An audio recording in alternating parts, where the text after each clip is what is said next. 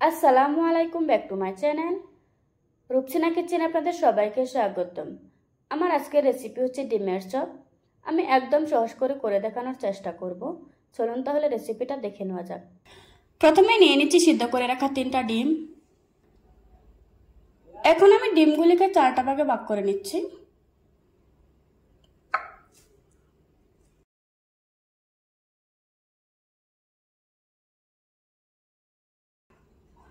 আপনারা চাইলে একটি ডিম থেকে 2টো স্লাইস করতে পারবেন, তবে আমি 4টা ভাগে ভাগ করে নিচ্ছি। আমার ডিমগুলি কেটে নেওয়া হয়ে গিয়েছে। এখন আমি ডিমগুলিকে একটা সাইডে রেখে দেব। এখন একটা বাটিতে নিয়ে নিচ্ছি 1.5 কাপ পেঁয়াজ কুচি।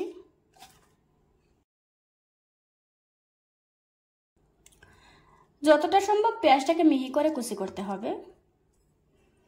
দিয়ে দিচ্ছি 3-4টার মতো কাঁচামরিচ কুচি, তবে ঝালটা আপনারা আপনাদের পছন্দ অনুযায়ী দিয়ে নেবেন। দিয়ে দিচ্ছি কিছু ধনে পাতা কুচি।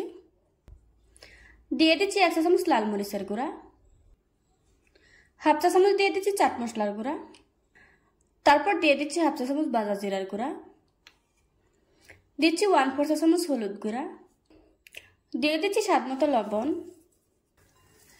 এবার আমি সবগুলি উপকরণ খুব ভালোভাবে মিশিয়ে নেব। পেঁয়াজটা কিছুটা নরম হয়ে আসা পর্যন্ত মেখে নিতে হবে। পেঁয়াজটা আগে থেকে অনেকটাই নরম হয়ে গিয়েছে। এবার দিয়ে দিচ্ছি 1/2 কাপ বেসন।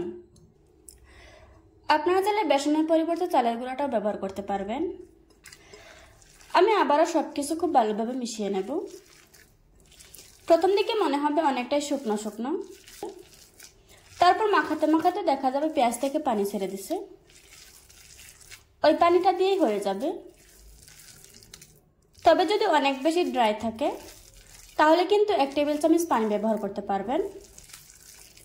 দেখুন আমি কিন্তু একটুও পানি ব্যবহার করি নাই, এমনিতেই কি সুন্দর হয়ে গিয়েছে। আমার মিশ্রণটা তৈরি করা হয়ে গিয়েছে। আমি হাতটা ক্লিন করে হাতে একটু তেল লাগিয়ে নিয়েছি। এখন একটু মিশ্রণ নিয়ে নিচ্ছি। প্রথমে কিছুটা পাতলা করে ছড়িয়ে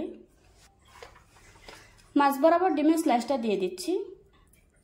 এখন পুরোটা এভাবে করে মুড়িয়ে দিচ্ছি। আর এরকম লম্বা করে বানিয়ে নিচ্ছি। বানিয়ে নেওয়া হয়ে গিয়েছে। এভাবে করে আজকে আমি সবগুলি বানিয়ে নেব। চুলায় একটি কড়াই বসিয়ে পরিমাণ মতো তেল দিয়ে তেলটাকে খুব ভালোভাবে গরম করে নিয়েছি। এবার আমি গরম তেলের উপর চপগুলি ছেড়ে দিচ্ছি।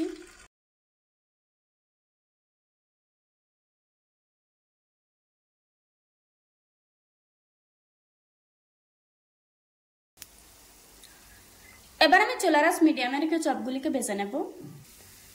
নিচের পাশটা শক্ত হয়ে এসেছে।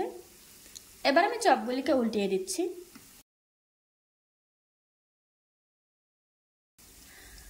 চপগুলিকে 5-6 মিনিটের মতো ভেজে নিতে হবে।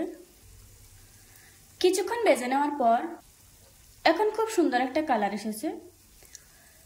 আমার চপগুলি ভেজে নেওয়া হয়ে গিয়েছে। এবার আমি তেল ঝরিয়ে একটা প্লেটে তুলে নেব।